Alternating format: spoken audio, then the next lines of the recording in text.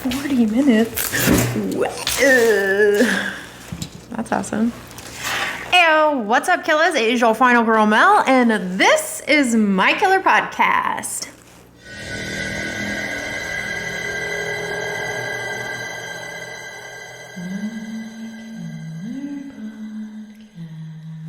What's up, guys? Thank you so much for joining me once again today. I appreciate you greatly. If you are new here, I am not only on YouTube, I'm also on Instagram, Letterboxd, Twitter, TikTok, and Patreon. So check me out on my other socials. I am happy to have everyone. All right, guys, so today we're going to be talking about what the heck did I watch in January. We're going to be going through my Letterboxd, and we're going to be checking out what I watched, the movies I reviewed, and the movies I rated, and all of that good stuff. And maybe some of you can get some possible movie recommendations from this video. All right, guys, I do have a few announcements to make before we get started. I am happy to announce that Moi will be featured over on Mid-Level Media's channel on Wednesday for the world's biggest collectors live stream. I'm humbled and honored to be a part of that. Thank you so much, Mid-Level Media, Ken, for having me join that live stream. I'm super excited and I can't wait for it. So please jump on over to Mid-Level Media's channel and join us over there on Wednesday.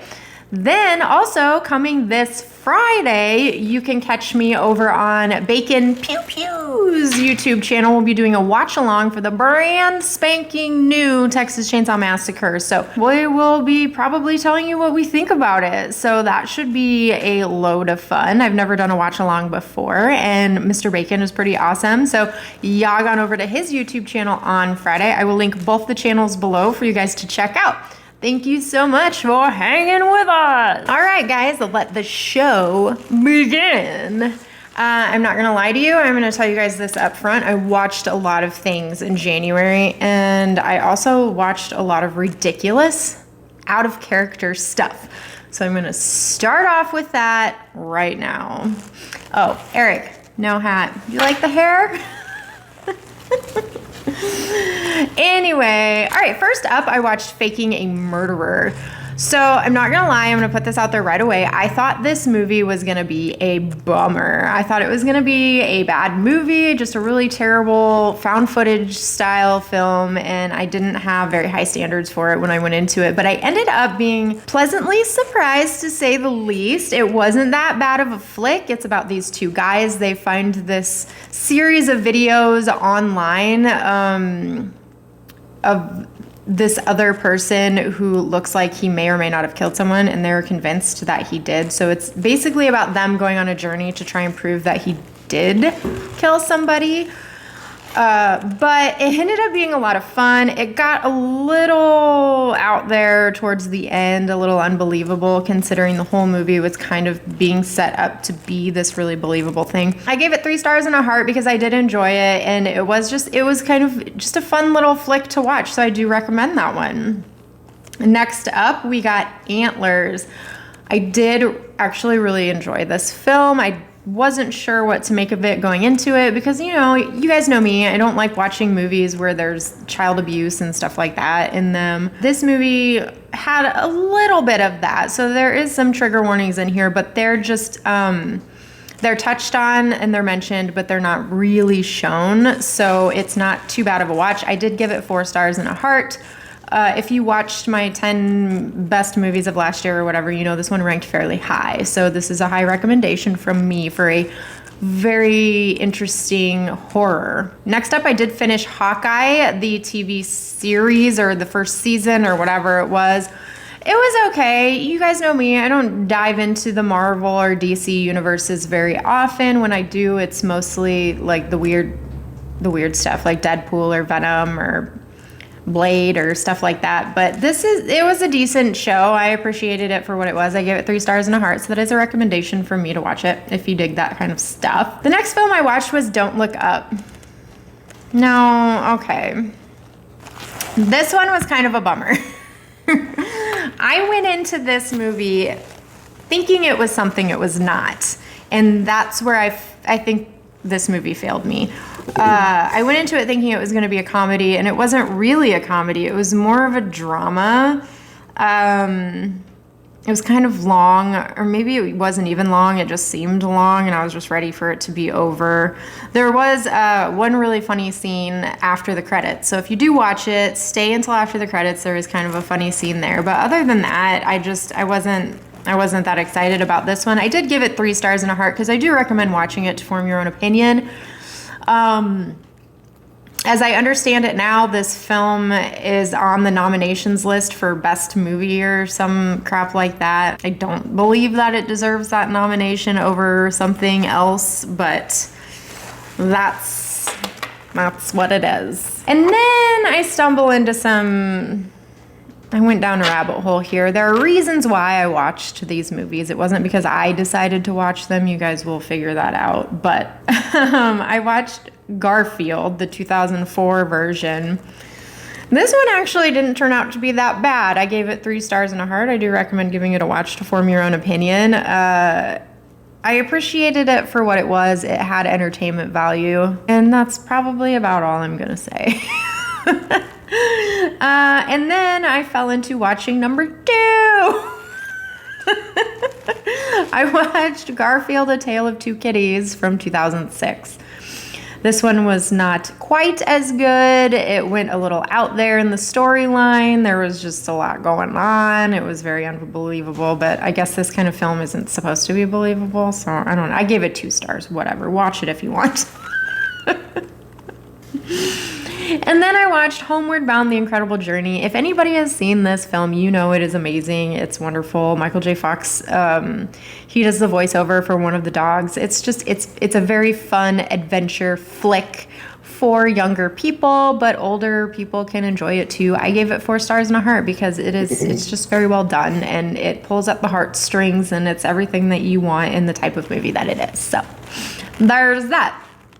And then, in preparation for going to see Scream 5 or 5 Cream or whatever you want to call it, does somebody want to hit me in the description below and tell me where 5 Cream came from?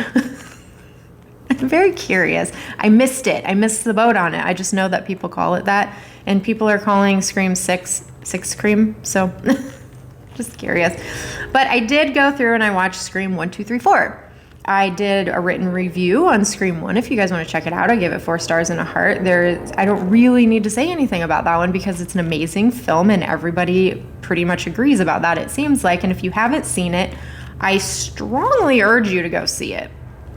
I did watch Scream 2. There's been a lot of Scream rankings going on YouTube, so I'm not going to rank these for you, but I did do a written review, so check out my Letterboxd. Link will be in the description if you want to read that. I gave it 3 stars and a heart. I do like it. It's not my favorite. It's just not. And then we got on over to Scream 3. I did a written review on that one. Actually, I think I might have done a written review on all of the Screams, so you can check out my Letterboxd on that. I gave Scream 3 3 stars and a heart, but I do want to say something about this one. This Scream had everything in the makings of a 4-star film. I'm going to put this out there, and if you guys want to disagree with me, let's debate about it in the comments, because you know I love a good debate. From the first act to the beginning of the third act, this movie freaking nailed it, you know? Because what would you expect Sidney Prescott to do? She went out, she secluded herself out in the middle of nowhere. She was like a 1-800 helpline call assistant person as her job, which makes complete sense. Just everything after that, the visions of her mom and everything like that is all trauma that somebody would go through in the situation that she is in. Everything just made so much sense. It was very well done. It was very well acted. There's some very questionable hairstyles in this one, though.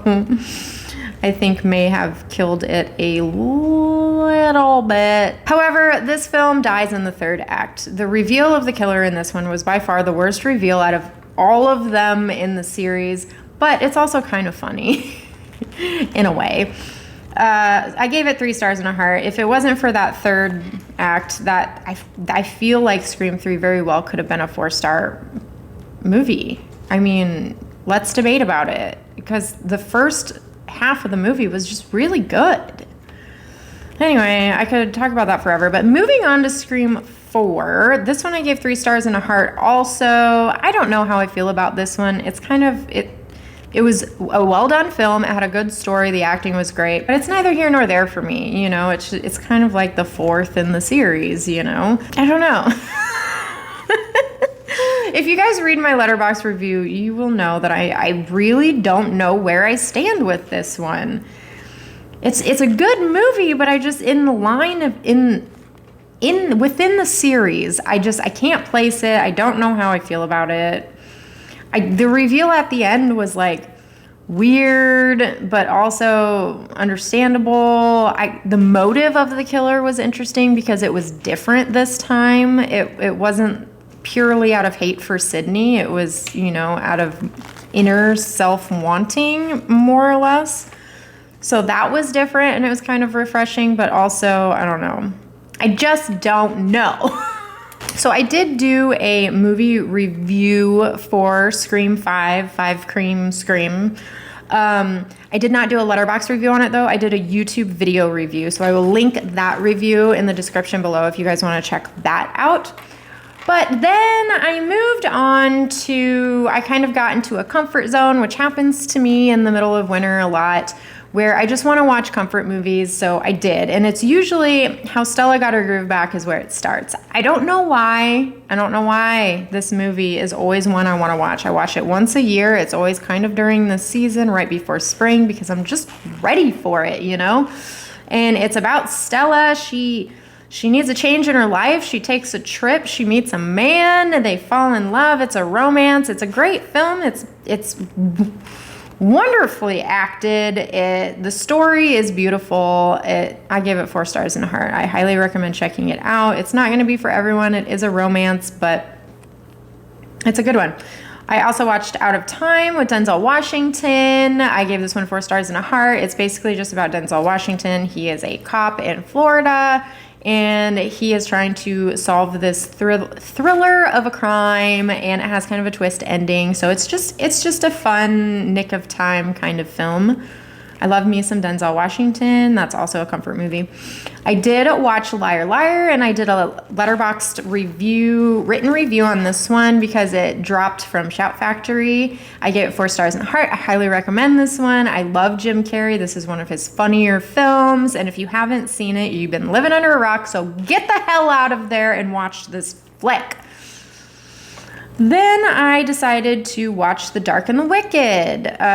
This was a very effective little film. I wasn't expecting it to be all that great. I did give it 3 stars and a heart, but as you know, that is a recommendation for me to form your own opinion, and I did enjoy it. It was kind of a creepy little film, and the story was kind of original, and I enjoyed it. I highly recommend it. It is a very dark and creepy film, though, just FYI.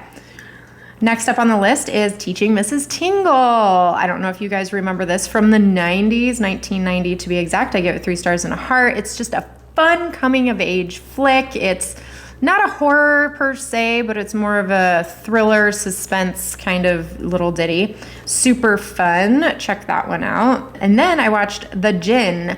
This one just dropped recently, so I wanted to check it out. I did do a written review on Letterboxd, so check that out. I give it 3 stars and a heart. I did enjoy this film. It is just kind of one of those little backdoor horror films that don't get a lot of buzz, but it ended up being really good. And the craziest thing about this flick is there's a young boy who is the star of this story, and he basically holds this entire movie. He is the only actor in this entire movie other than side characters that pop in and out. And then that is it. He literally holds this whole film, and he does an amazing job. So I highly recommend checking this one out. I did watch The Lighthouse finally. I would like to thank one of my friends for dropping me the digital code for this one. I really wanted to check it out. This was a weird one. I kept hearing people say it was a weird one, and it definitely ended up being a weird one. But I kind of liked it. I don't know. There was something about this one. If you want to know more details, check out my Letterboxd review. I did a written review of it. I did give it 3 stars and a heart. I did enjoy it. I do recommend watching it to form your own opinion. This one is not going to be for everyone.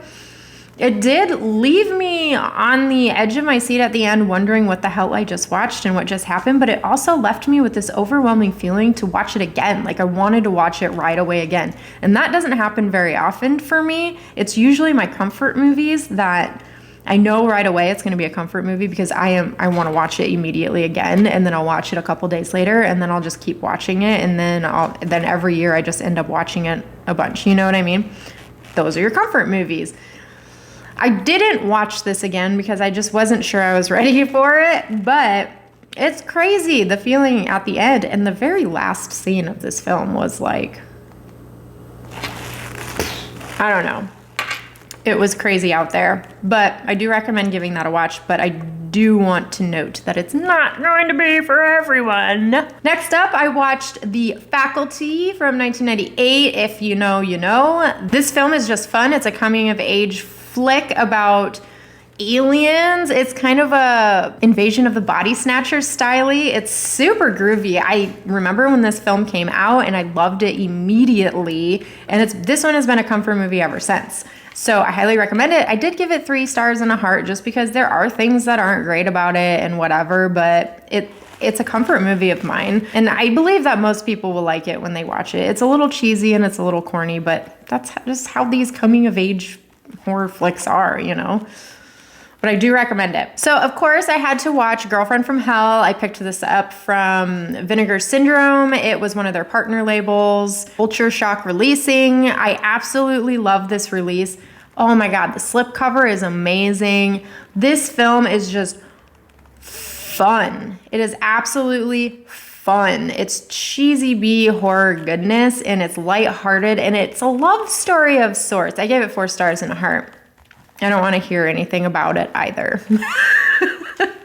Back into my comfort films, I watched What Lies Beneath. I did a written review on Letterboxd for this one. I gave it 4 stars and a heart. This is a wonderful movie. It is very well done. It's very well acted. It has Michelle Pfeiffer in it. She is amazing and beautiful. She's one of my lady crushes. It also has Harrison Ford in it, and he's great as well. But I highly recommend it. It's a slow burn horror. You guys know I love that. And it's kind of like it's solving a mystery, and there may or may not be some supernatural elements in it. I highly recommend it. Check it out if you haven't seen it. Then I did go to the movie theater to see Spider-Man No Way Home. And you know what? I did enjoy it. It pulled out my heartstrings pretty much all the way through the whole film. I didn't want to go see this. I got drugged to it. And you know what? I did end up really liking it. And I loved how they pulled all of the... Can I give spoilers? Has this movie been out long enough that I can give spoilers? Spoiler alert, if you haven't seen Spider-Man No Way Home, skip the next couple minutes to the next flick. But I love how they brought all the other Spider-Mans together and how they explained it through the multiverse. When they first brought up the multiverse, I didn't know about it until I watched Loki, which maybe I was late to the game on that, but you guys know I'm not big into Marvel. I appreciate the movies and I'll watch them. I'm just not big into them, you know? And thank God I watched Loki, or else I wouldn't have known what the fuck was going on in this one had I not done that. But I did know a little bit about the multiverse, but I love how they used it in this one. How they used that as a way to bring all of the old people back from the old films that technically shouldn't have had anything to do with each other. I thought that was amazing, and I did love it. And you know what? William Dafoe stole the show for me. He stole this whole movie. I know Tom Holland did a great job, cool kid, but William Dafoe, man, he stole the show for me in this one. Without him, this movie wouldn't have been as good. He was awesome and amazing, and I gave it 4 stars and a heart. All right, back into my comfort movies. I watched Safe Haven. Hey, I'm a chick. I like romance sometimes, okay? And this is by far one of the most romantic movies you can watch. Hey, actually, if you need a Valentine's Day movie recommendation, maybe try this one with your gal. But I gave it 4 stars and a heart. It's a beautiful film. The love story is amazing. It's very believable. It's a slow burn. It has some suspense thrills in the end and kind of a plot twist there. It's very beautiful. It's very heartwarming, and I watch it every year. Check it out. Next up, I watched Empire Records. Everybody knows this movie is fan-freaking-tastic. every time I watch it, it makes me just want to own a record store and hire a bunch of hooligans to work in it so we can just have good times. That's exactly what I want to do every time I watch it. I give it 4 stars and a heart. The soundtrack to Empire Records is amazing. I highly recommend it. If you can get your hand, if there's a vinyl of this, I would highly recommend getting that because the soundtrack is just awesome. I gave it 4 stars and a heart. So there. And that's it. That is all of the things that I watched in January. I know there was a grip of them. I feel like that's probably been my biggest month since I've been doing these Letterboxd reviews. Hit me in the comments below. Let me know what you think about any of these movies. Have you seen them? Have you not? Did you put any of them on your to watch recommendations list thing? I hope so. I hope I could encourage anybody to watch some of these movies because they are all great in their own way, except maybe that one. But anyway, thank you so much for joining me today. I appreciate you guys greatly. You know that. If you'd like to help support me and my channel, go ahead and hit that like button, hit that subscribe button, and kill that bell for your girl, and share me with your friends if they need some movie recommendations. If you'd like to further help support me and my channel, y'all on over to my Patreon. I am always over there trying to do fun things for you guys, I think. If you want to drop me some suggestions over there, that's cool too. But it just helps keep my dream alive and you guys entertained and these beautiful lights on in the building because once they burn out, I don't know what I'm gonna do. I'm just kidding. I'll buy a new bulb. It'll be fine. But until the next time we gather,